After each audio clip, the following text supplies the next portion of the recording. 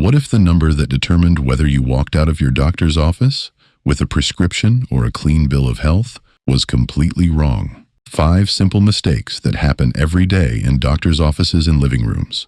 Mistakes that artificially inflate your numbers by 10, 20, sometimes 30 points, putting millions on medications they don't need while leaving others dangerously undiagnosed. Today, we're exposing these 5 critical errors and showing you exactly how to fix them. Quick disclaimer: this information is thoroughly researched and based on medical guidelines, but it's not medical advice. And I'm not your doctor. Always consult with your healthcare provider before making changes. Now let's get into what's really happening with your blood pressure readings. This is the most common mistake because clinics rush patients through. You walk in, maybe you just climbed stairs, or you're stressed from work, and within 60 seconds, someone's wrapping a cuff around your arm. Your nervous system is still activated, your heart rate is elevated, and all of that shows up in your reading. The white coat effect can add 10 to 26 millimeters of mercury to your systolic reading. Guidelines are crystal clear. Patients should rest quietly for 5 minutes before measurement. No talking, no phone use, no movement.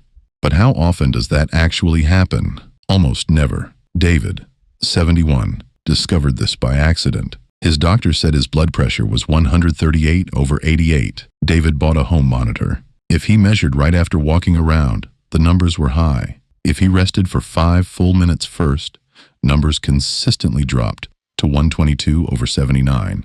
Week after week, the pattern held.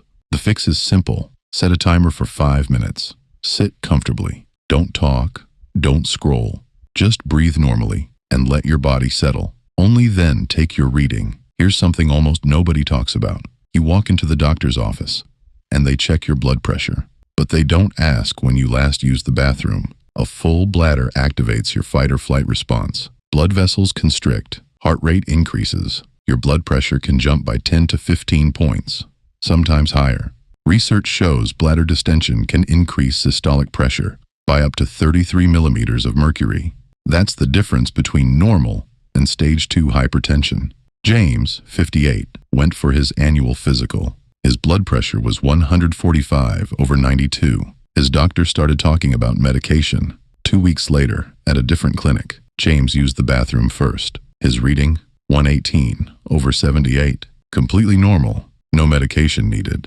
The fix is embarrassingly simple. Go to the bathroom first every time before taking your blood pressure. This one change can save you from a misdiagnosis. Most people make this mistake constantly. They let your arm hang at your side or dangle unsupported. Meanwhile, you're sitting with legs crossed, feet dangling, back unsupported. Each distorts your reading. When your arm is below heart level, gravity increases pressure. This causes errors of 4 to 23 millimeters of mercury. Crossed legs raise systolic pressure by 2 to 8 points. Unsupported feet or back add another 6 to 10 points.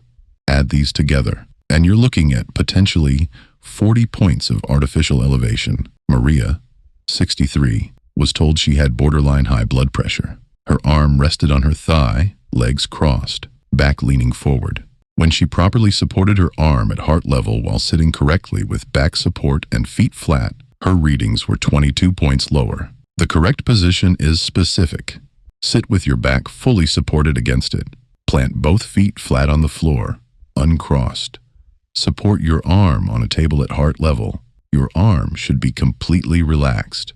These aren't comfort suggestions. They're measurement requirements. If this information is opening your eyes to mistakes you've been making, push that subscribe button and turn on notifications.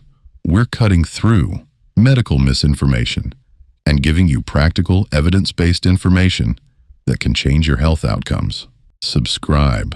Share this with someone struggling with high blood pressure, and leave a comment telling me which mistakes you've been making. Now, let's keep going. Here's a mistake that creates massive errors: using the wrong cuff size, placing it over clothing, and measuring at the wrong time. If the cuff is too small, it overestimates your blood pressure by 8 to 10 millimeters of mercury or more. Putting the cuff over clothing creates a tourniquet effect. Measure your upper arm circumference. Most standard cuffs fit 9 to 13 inches. The cuff should go directly on bare skin. Linda, 54, was using her husband's monitor with a cuff for his smaller arm. Her readings were in the 140s to the 90s. Her doctor measured her arm and realized the problem. Wrong cuff size.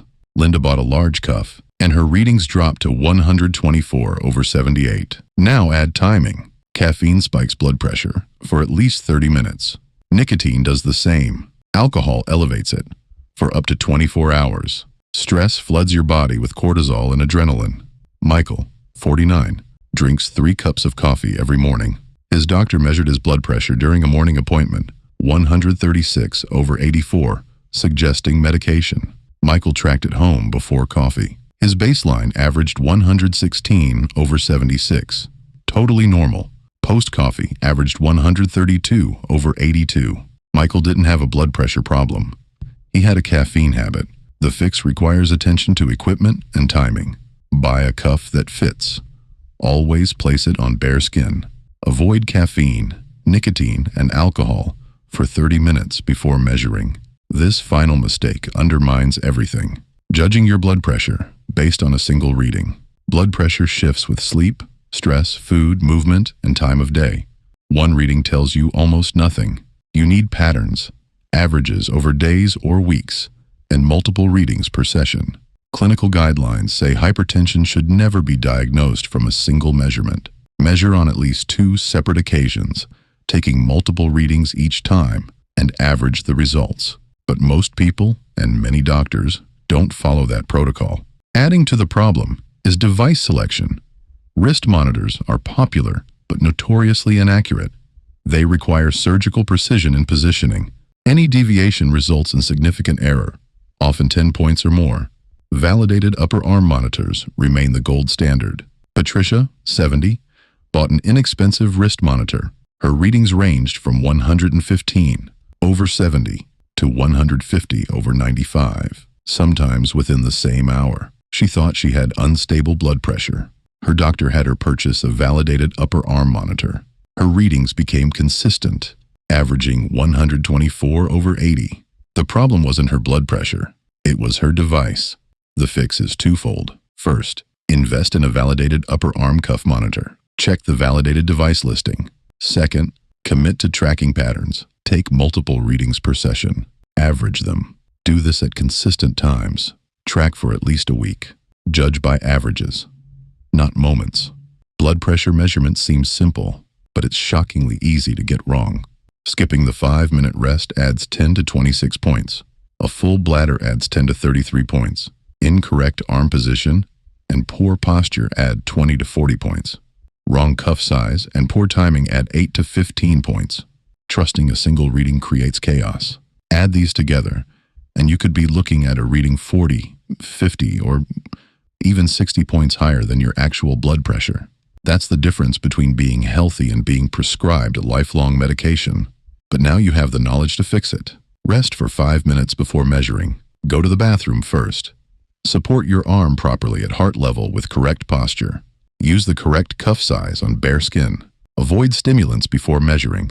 Use a validated upper arm monitor. Track patterns over time. Judge by averages, not moments.